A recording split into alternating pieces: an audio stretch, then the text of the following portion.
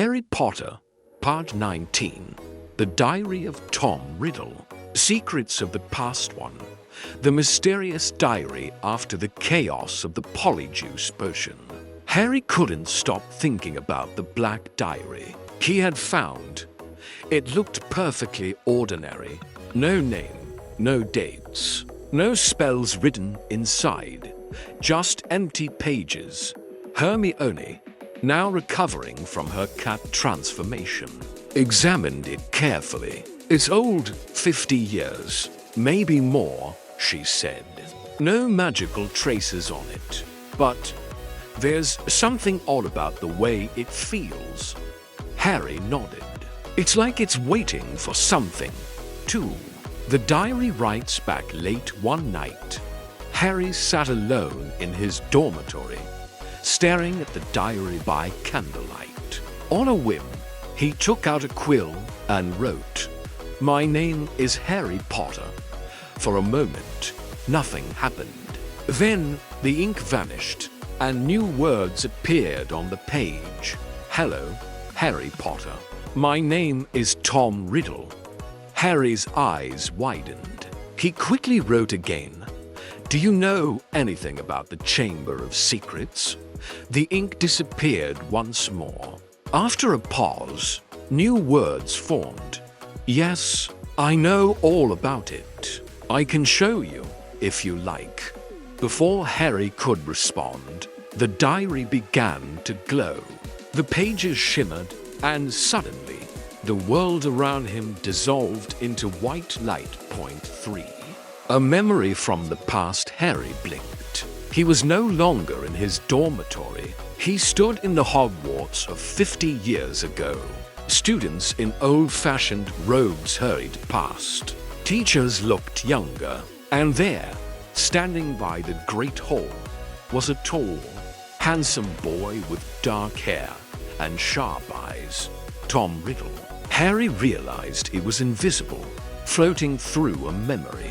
He followed Riddle as he approached Headmaster Dippet and spoke politely. "Sir, I think I can help you find the person who opened the Chamber of Secrets."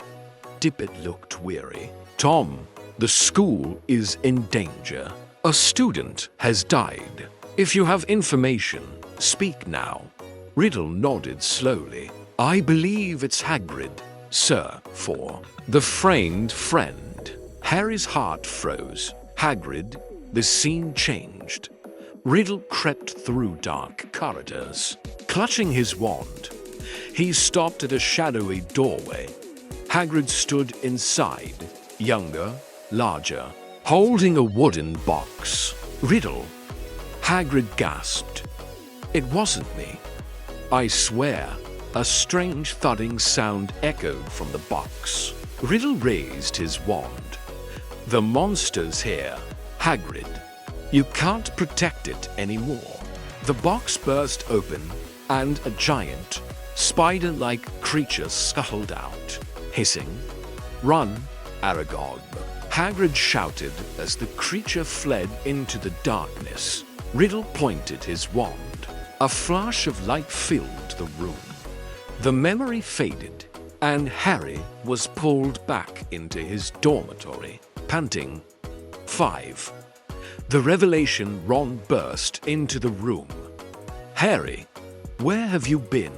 You look awful." Harry told him everything. The diary, Riddle, the memory, and Hagrid's creature. Ron looked shocked, so Hagrid opened the chamber. "That can't be true. He's too soft to hurt anyone." Harry frowned. "I don't believe it either." But Riddle seemed sure. Hermione listened quietly, deep in thought. "Maybe Riddle lied," she said slowly. "Or maybe he didn't know the full story. Either way, we need proof before we tell anyone." 6. The attacks continued before they could act. Another attack struck Hogwarts. Hermione herself. She was found petrified near the library, clutching a mirror in her hand.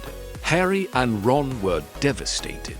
They sat by her bedside in the hospital wing, helpless and angry. "I'm going to find out who's doing this," Harry said through clenched teeth. "And I'll make them stop."